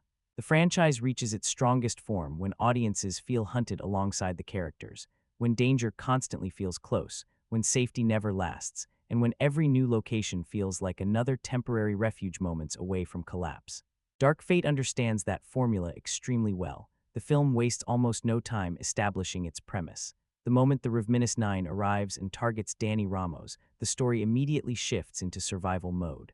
The pacing becomes aggressive. Scenes transition rapidly from one crisis to another. There is barely enough time to recover from one attack before the next pursuit begins, and that intensity becomes one of the movie's greatest strengths. The early sequences are especially effective. The factory assault erupts with urgency. The highway pursuit feels chaotic, relentless, and constantly unstable. The Revenant 9 remains close enough throughout to maintain continuous pressure. Grace is physically deteriorating while trying to protect Danny. Sarah Connor enters the story with overwhelming force. Everything moves with momentum.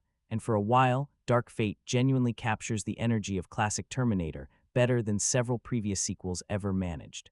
Because the film understands one essential rule: the Terminator should never feel far away. That constant proximity creates fear. Even when audiences know the protagonists will survive the immediate scene, the pace itself generates tension. There is no emotional comfort zone. The movie repeatedly throws its characters into increasingly desperate situations before they have time to recover physically or emotionally. That structure is exactly what made the original film so effective. The first Terminator felt like a nightmare pursuit unfolding across Los Angeles. Terminator 2 expanded that framework into a larger blockbuster scale while still preserving the sensation of relentless pursuit underneath it all. And Dark Fate very clearly attempts to recreate that exact feeling. For much of the first act, it succeeds. The film moves with confidence. Tim Miller directs the action with a sense of controlled chaos. Each sequence flows directly into the next with very little wasted motion. Even many viewers who disliked aspects of the story still admitted that the pacing kept them engaged, because the film rarely allows boredom to settle in. The Rev-9 is always approaching. That is the engine driving the movie. And unlike some sequels that became overly consumed with mythology or exposition, Dark Fate mostly remembers that Terminator fundamentally operates as a story about survival under pressure. But eventually, something interesting begins happening. Around the middle section, the pacing subtly changes, not completely, but enough for audiences to feel it. The film suddenly becomes heavier with exposition. Characters stop long enough to explain timelines, emotional histories, motivations, future wars, Carl's existence, and the mechanics behind the new future itself. The relentless momentum that defined the opening sections begins slowing down, and that is where the movie starts losing some of its energy. Because while the action-heavy pacing generates excitement, it also creates a structural problem. The film rushes through emotional developments so quickly that eventually it is forced to pause and recover. That middle section becomes a delicate balancing act between exposition and emotional recalibration. The movie wants deeper character moments, but it has already spent so much time accelerating through action that certain revelations arrive awkwardly. Some conversations feel excessively explanatory, others feel underdeveloped. The screenplay struggles to slow the film naturally because the first act conditioned audiences to expect constant forward movement. This creates one of Dark Fate's strangest pacing contradictions. At times, the movie feels exhausting because it moves so aggressively. At other moments, it suddenly feels slower than expected because the story is trying to justify itself narratively. And you can absolutely feel the rhythm beginning to wobble. Some viewers described the movie as constantly engaging. Others felt the middle section dragged significantly. Both reactions are completely understandable. Because pacing is not simply about speed, it is about rhythm, and Dark Fate occasionally loses control of its rhythm during the central portions of the film. The opening act carries clear urgency. The final act delivers escalating spectacle, but the middle struggles to transition smoothly between those two energies.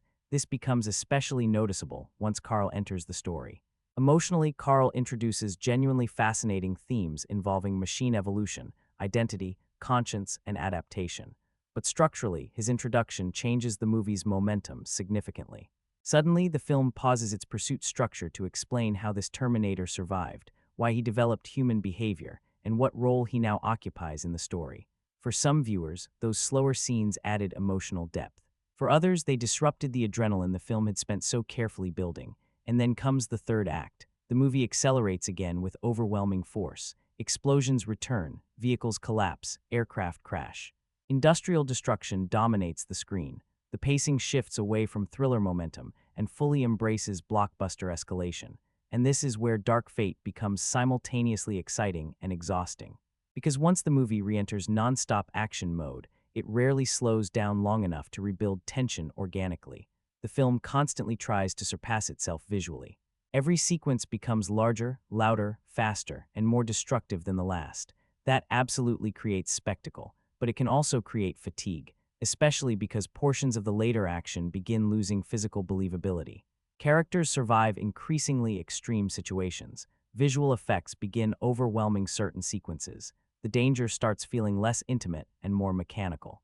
Ironically, the faster the movie moves, the less suspenseful it occasionally becomes, because truly effective pursuit thrillers depend on controlled tension, not non-stop movement alone. The original Terminator films frequently slowed down strategically to allow fear to build naturally. Silence mattered, waiting mattered, vulnerability mattered. Dark Fate rarely trusts stillness. The movie constantly pushes forward, almost afraid audiences might disengage if the action pauses for too long, and that reflects a larger trend across modern blockbuster filmmaking. Many contemporary franchise films confuse pacing with sheer speed. They assume constant movement automatically creates engagement, but audiences do not simply remember noise and momentum. They remember rhythm, build-up, release, escalation, and emotional contrast. And that is where Dark Fate occasionally struggles compared to James Cameron's films. The movie understands pursuit remarkably well, but it does not always understand when to breathe. Still, credit where it deserves to be given. Even many critics of the film admitted the pacing kept them watching. The movie has momentum, it has urgency, it has propulsion, and compared to slower or more structurally confused sequels like Genesis, Dark Fate at least feels focused in its objective. That focus matters enormously. Tim Miller clearly approached the film as a high-speed pursuit thriller first and a mythology-heavy sequel second. In many ways, that was probably the correct creative decision. The Terminator franchise works best when audiences feel hunted alongside the characters, and whenever Dark Fate locks fully into that energy, the movie becomes genuinely thrilling. The challenge is consistency.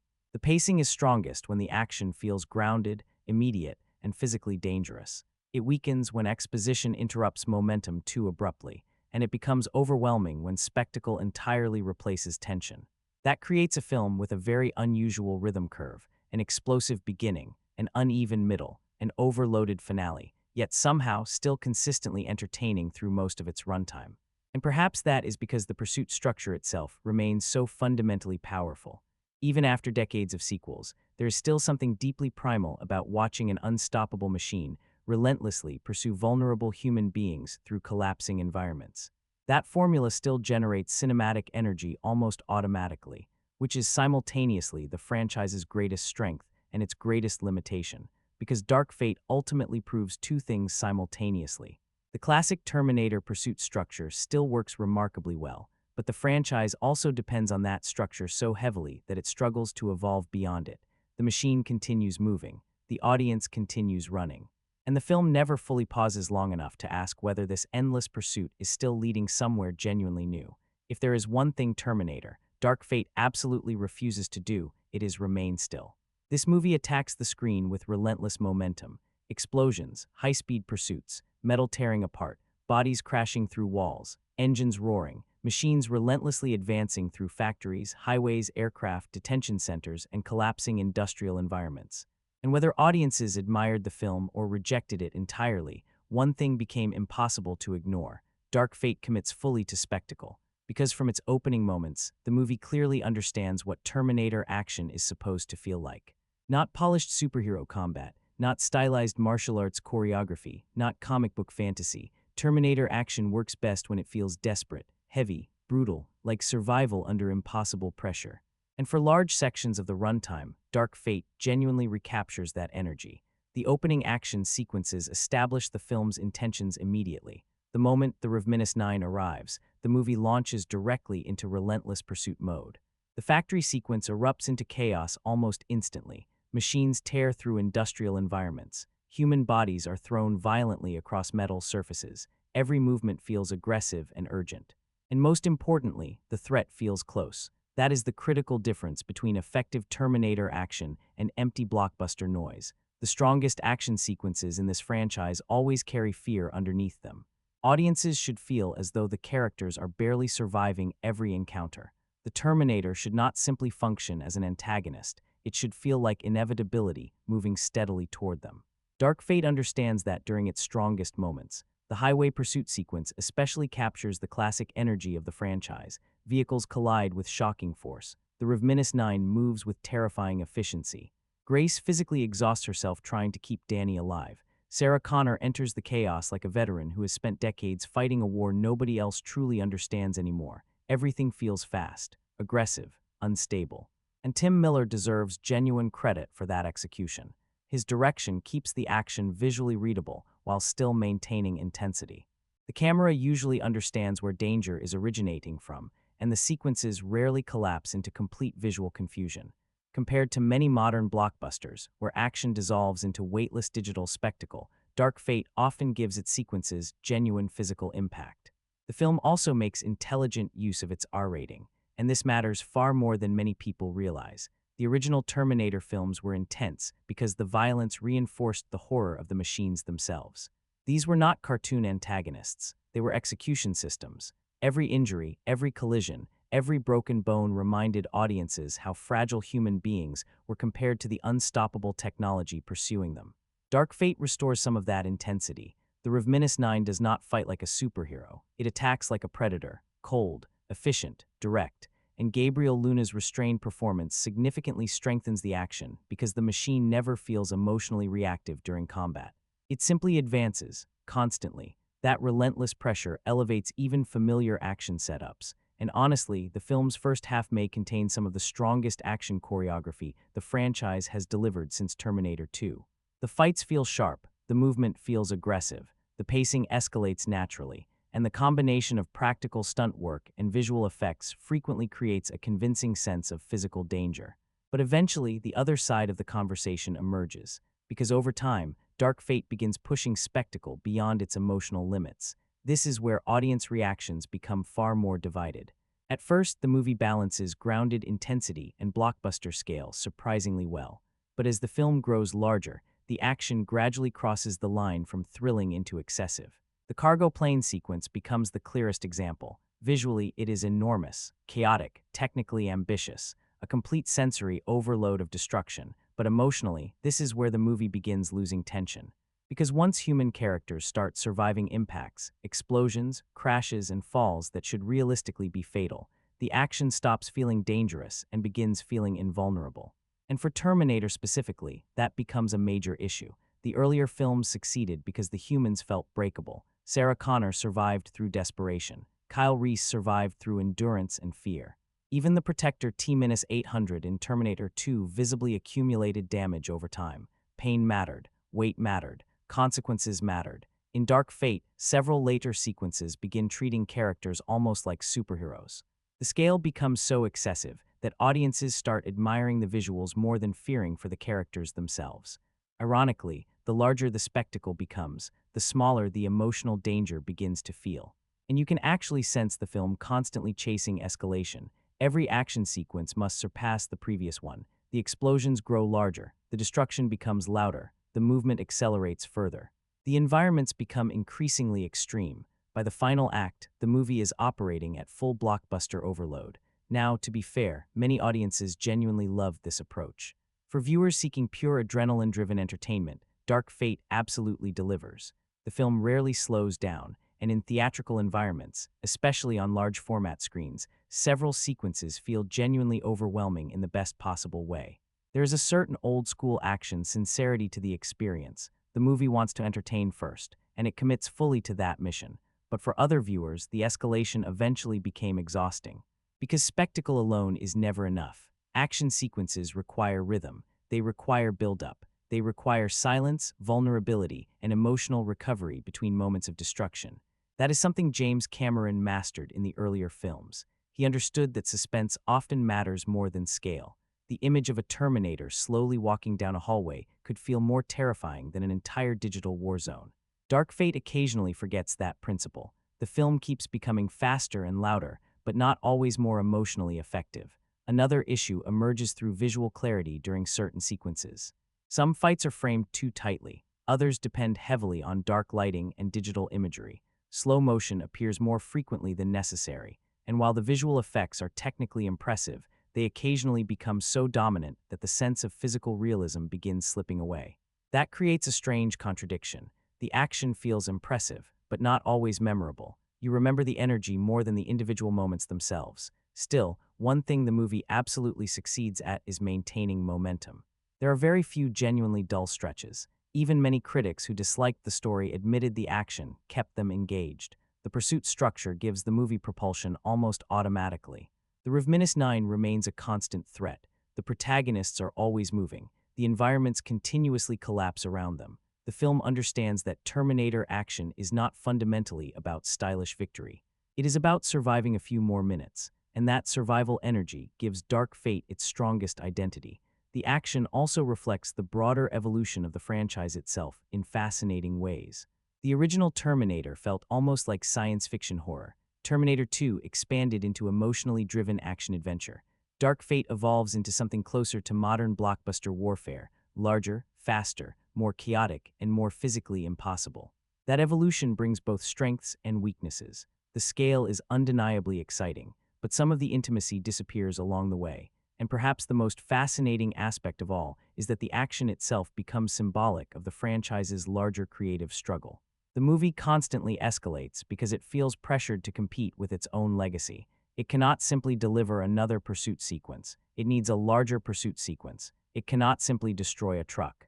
It needs to destroy an aircraft. It cannot simply create tension. It feels compelled to overwhelm the audience entirely, and that pressure gradually creates spectacle fatigue, because eventually audiences stop asking, how are they going to survive this? And start asking, how much larger can this possibly become? That is where Dark Fate occasionally slips into excess, but despite all those criticisms, when the movie works, it works exceptionally well. The opening act especially proves there is still genuine life inside the Terminator action formula. The relentless pacing, aggressive combat, practical stunt energy, and Predator-like presence of the Revenant 9 remind audiences why this franchise became iconic in the first place. There is still something deeply unsettling about a machine that never stops advancing, and there is still something thrilling about watching human beings barely outrun extinction. That core energy absolutely survives inside Dark Fate. The challenge is that the film sometimes mistakes escalation for evolution. Larger is not automatically better. Louder is not automatically more intense, and large-scale digital destruction is not always more memorable than carefully controlled tension. But even with all its excess, Dark Fate undeniably delivers spectacle. The action feels intense, the violence feels relentless, the pursuit sequences feel explosive. And for long stretches, the movie itself begins feeling like one of its own machines, massive, aggressive, unstoppable, and constantly accelerating toward collision. Eventually, Terminator. Dark Fate reaches a point where the film almost seems to look directly at the audience and say, listen, we understand this is absurd, just embrace the experience. And honestly, whether that approach works for you will probably determine how much you ultimately enjoy the movie. Because one of the largest criticisms surrounding Dark Fate is not the action itself, it is how overwhelmingly excessive the action eventually becomes, not simply exaggerated, not merely blockbuster-sized. Completely detached from physical realism, the film begins grounded enough. Yes, the story involves time travel, advanced machines, and cybernetically enhanced humans, but early on, the action still feels connected to physical danger. The factory assault carries weight. The highway pursuit feels unstable and genuinely dangerous. Vehicles collide with force. Bodies crash violently into concrete. The Revenant 9 feels terrifying because it moves like something physically unstoppable. At first, the movie understands the illusion of realism, but then the escalation begins, and once it begins, it never truly stops. Characters survive impacts that should realistically be fatal. Explosions become temporary inconveniences. People are thrown through metal structures, slammed into walls, dropped from impossible heights, and somehow continue fighting moments later, as though nothing significant happened. The cargo plane sequence becomes the ultimate example of this problem. Visually, the scene is enormous. The scale is massive. The destruction is technically impressive. The intensity is undeniable. But logically, the movie almost completely abandons physical credibility. By the time characters are surviving crashes, underwater chaos, explosions, freefall destruction, and catastrophic collisions in rapid succession, audiences begin realizing something dangerous. The film no longer feels concerned with consequence, and once consequence disappears, tension begins disappearing alongside it. That is the real issue with excessive physics-defying action inside Terminator specifically. This franchise was never meant to feel like superheroes casually absorbing impossible punishment. The original films worked because human beings felt fragile compared to the machines. Sarah Connor survived through desperation. Kyle Reese looked exhausted, injured, and terrified. Even the Protector T-800 in Terminator 2 constantly displayed visible damage and limitations. Pain mattered. Fragility mattered. Every victory felt earned because survival looked genuinely difficult. Dark Fate gradually moves away from that philosophy. The more the film escalates, the more its human characters begin functioning like action game avatars rather than vulnerable people. And yes, Grace's augmentations explain portions of that durability, but not all of it. Even ordinary human characters survive situations that completely undermine the grounded fear the earlier films relied upon. This is where audience reactions divided dramatically. Some viewers genuinely did not care. For them, the absurdity became part of the entertainment itself. They viewed the film as a full-throttle blockbuster experience, embracing excess without hesitation. The movie is loud, fast, destructive, and constantly in motion. In a theatrical environment, especially on large-format screens, those sequences create pure adrenaline spectacle. And to be fair, there is something undeniably entertaining about that level of commitment. Dark Fate rarely hesitates. It throws everything at the audience with complete confidence. The problem is that Terminator was historically never built on spectacle alone. It was built on suspense, and suspense requires vulnerability. Once audiences believe characters can survive almost anything, fear gradually transforms into observation.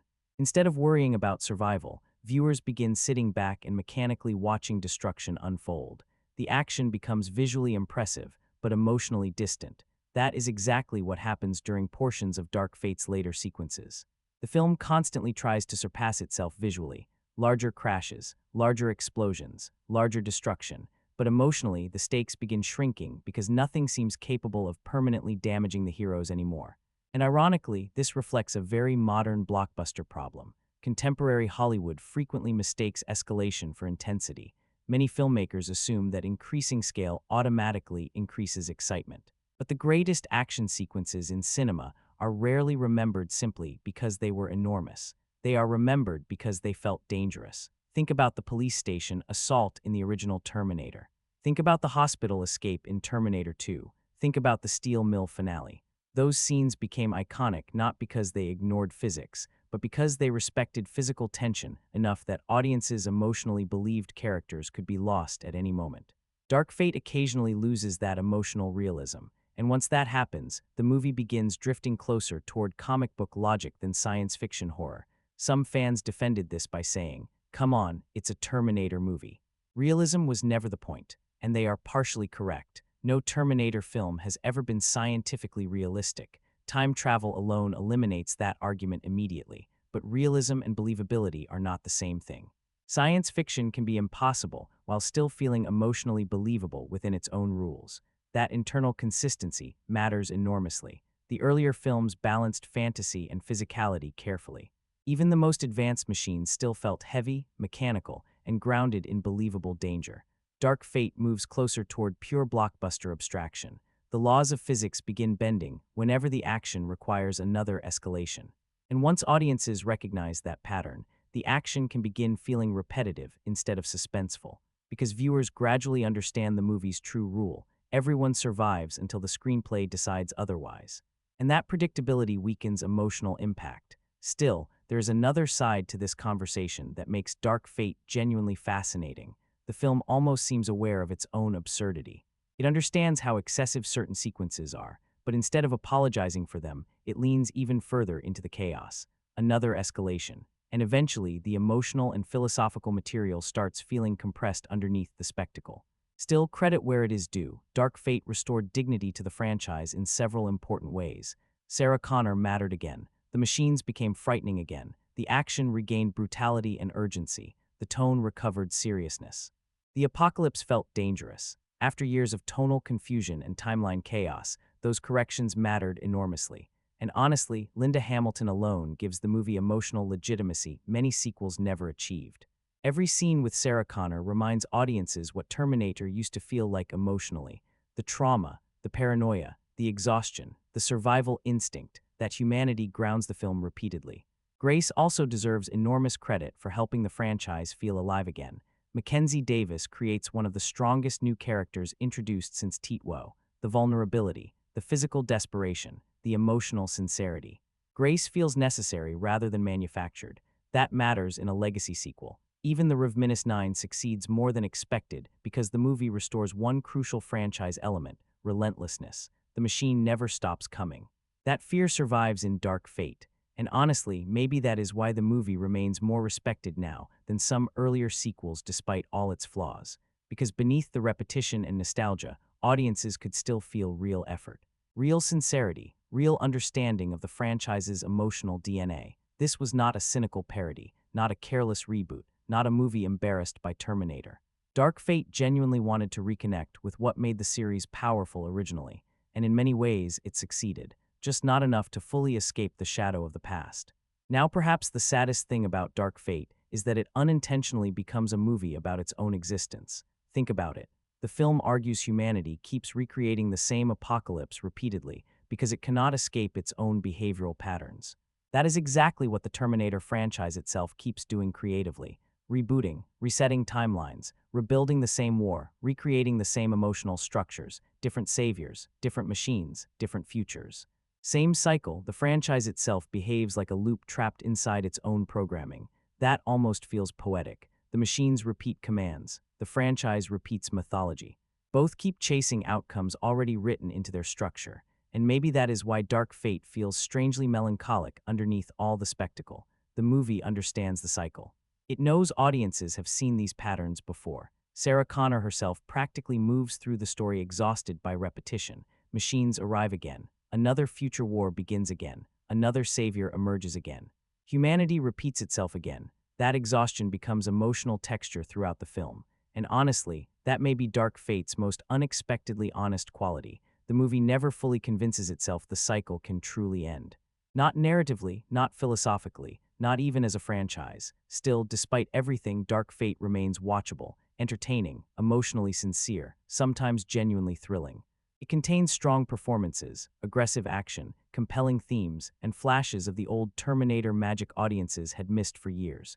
That matters, especially in an era where many legacy sequels feel completely hollow. But ultimately, the film also reveals a painful truth. Understanding why Terminator worked is not the same thing as discovering what Terminator should become next. Dark Fate restores the machine successfully. It just never fully evolves it, and perhaps that is why the movie feels simultaneously satisfying and incomplete at the same time, like a franchise surviving on instinct, still dangerous, still moving, still fighting, but forever haunted by the impossible standard of its own past. And maybe that is the most honest thing the movie could have become, not a revolutionary rebirth, not a flawless comeback, not a sequel powerful enough to finally step out of the shadow of Terminator 2, but a film painfully aware of the impossible burden it carries, because throughout Dark Fate, there is this constant feeling that the franchise itself is exhausted. Not dead, not broken completely. Exhausted, tired of resetting timelines, tired of recreating Judgment Day, tired of introducing new saviors and new machines while still chasing the emotional memory of Sarah Connor and the Cameron era. And strangely enough, that exhaustion gives the movie emotional authenticity. Sarah Connor feels exhausted. The mythology feels exhausted. Even the structure feels exhausted by repetition. The franchise almost knows it is trapped inside its own loop. That awareness becomes one of Dark Fate's most unexpectedly human qualities, because underneath all the CGI destruction and blockbuster chaos, the movie quietly asks a painful question. What happens when survival becomes the only thing left? Not victory, not evolution, just survival. And honestly, that question applies to the franchise itself as much as the characters. Dark Fate survives. That is the perfect word for it. The movie survives comparison to weaker sequels. It survives the weight of impossible expectations. It survives franchise fatigue better than many audiences expected, but survival and rebirth are not the same thing. That difference defines the entire experience. Now, to the film's credit, there are moments where you can genuinely feel flashes of what a truly evolved Terminator sequel could have looked like. Grace represents one of those flashes. Carl's existential machine identity crisis represents another. The political atmosphere modernizing systemic fear. The idea that humanity endlessly recreates its own apocalypse. Machines becoming emotionally human, while humans become technologically dependent. Those concepts are genuinely compelling science fiction, and for brief moments, Dark Fate almost feels ready to transform into something bolder. Something more philosophical, more tragic, more original, but then the movie always returns to the chase again. Another highway pursuit, another industrial showdown, another escalation, another callback, another reminder of the old films. The franchise keeps pulling itself backward emotionally, and perhaps that is unavoidable, because Terminator's greatest strength also became its greatest curse. The first two films were too definitive, too iconic, too complete. Judgment Day already felt like an ending, not just narratively, emotionally. The sacrifice, the goodbye, the uncertainty about fate. It closed the mythology with almost perfect emotional finality. Every sequel afterward has essentially been arguing against an ending audiences already accepted emotionally decades ago. That is an almost impossible position creatively. And honestly, Dark Fate handles that impossible situation with more dignity than many people admit. The film never feels lazy, never feels emotionally disconnected, never feels embarrassed by the franchise. Tim Miller clearly respects Terminator. Linda Hamilton gives the movie emotional legitimacy. Mackenzie Davis injects desperately needed freshness and vulnerability. Arnold somehow makes an absurd concept emotionally believable. The Rev-9 restores danger. The action regains brutality. The score restores mechanical dread. There is real craftsmanship here, real effort, real sincerity. And in modern franchise filmmaking, sincerity matters more than ever. Because audiences can immediately feel when sequels exist purely as corporate recycling. Dark Fate may repeat the formula constantly, but it still feels like people genuinely cared while making it. That emotional sincerity keeps the movie alive even when originality starts fading. Now perhaps the ultimate irony is this. Dark Fate's greatest thematic idea is that humanity cannot escape repeating its own destructive patterns. And the franchise itself proves that idea accidentally. Every sequel keeps rebuilding the same war, the same fear, the same chase, the same apocalypse, different names, different faces, same cycle. The Terminator franchise became trapped inside its own philosophical warning. That is almost poetic. And maybe that is why Dark Fate remains fascinating even when it disappoints, because the movie is not empty failure. It is conflict, a franchise struggling against its own history, a sequel desperately trying to preserve identity while searching for relevance, a machine attempting to evolve while still running old programming underneath, just like Carl, just like Sarah, just like humanity itself inside these films. And honestly, that makes Dark Fate far more emotionally interesting than many generic blockbusters released around it, even when the movie stumbles. Even when the action becomes excessive, even when nostalgia overwhelms reinvention, there is still something compelling about watching a franchise fight this hard to rediscover itself. Now, does Dark Fate fully succeed? No, not completely. The originality never becomes strong enough. The story remains too dependent on familiar structure. The emotional highs rarely reach Cameron-level impact. The movie restores Terminator energy without truly redefining what Terminator could become next. That limitation ultimately prevents it from becoming great, but it also prevents the film from becoming forgettable, because flawed ambition is still more interesting than lifeless franchise automation. And Dark Fate absolutely has ambition underneath its repetition. It wants to matter. It wants to reconnect emotionally. It wants to modernize the mythology. It wants to restore fear. It wants to save the franchise from collapsing completely into parody or irrelevance. And honestly, for a while, it almost succeeds. That is why reactions remain so divided even now. Some viewers saw a strong return to form. Others saw another franchise trapped inside nostalgia. Both interpretations are true simultaneously, because Terminator, Dark Fate is ultimately a movie caught between survival and evolution. Strong enough to remind audiences why Terminator once ruled science fiction cinema, but not bold enough to truly conquer the future again on its own terms. And perhaps that final contradiction is the perfect ending for this franchise chapter. A movie about machines and humanity trapped in endless cycles, becoming trapped inside one itself, still moving forward, still fighting, still surviving, but forever haunted by the impossible weight of the past.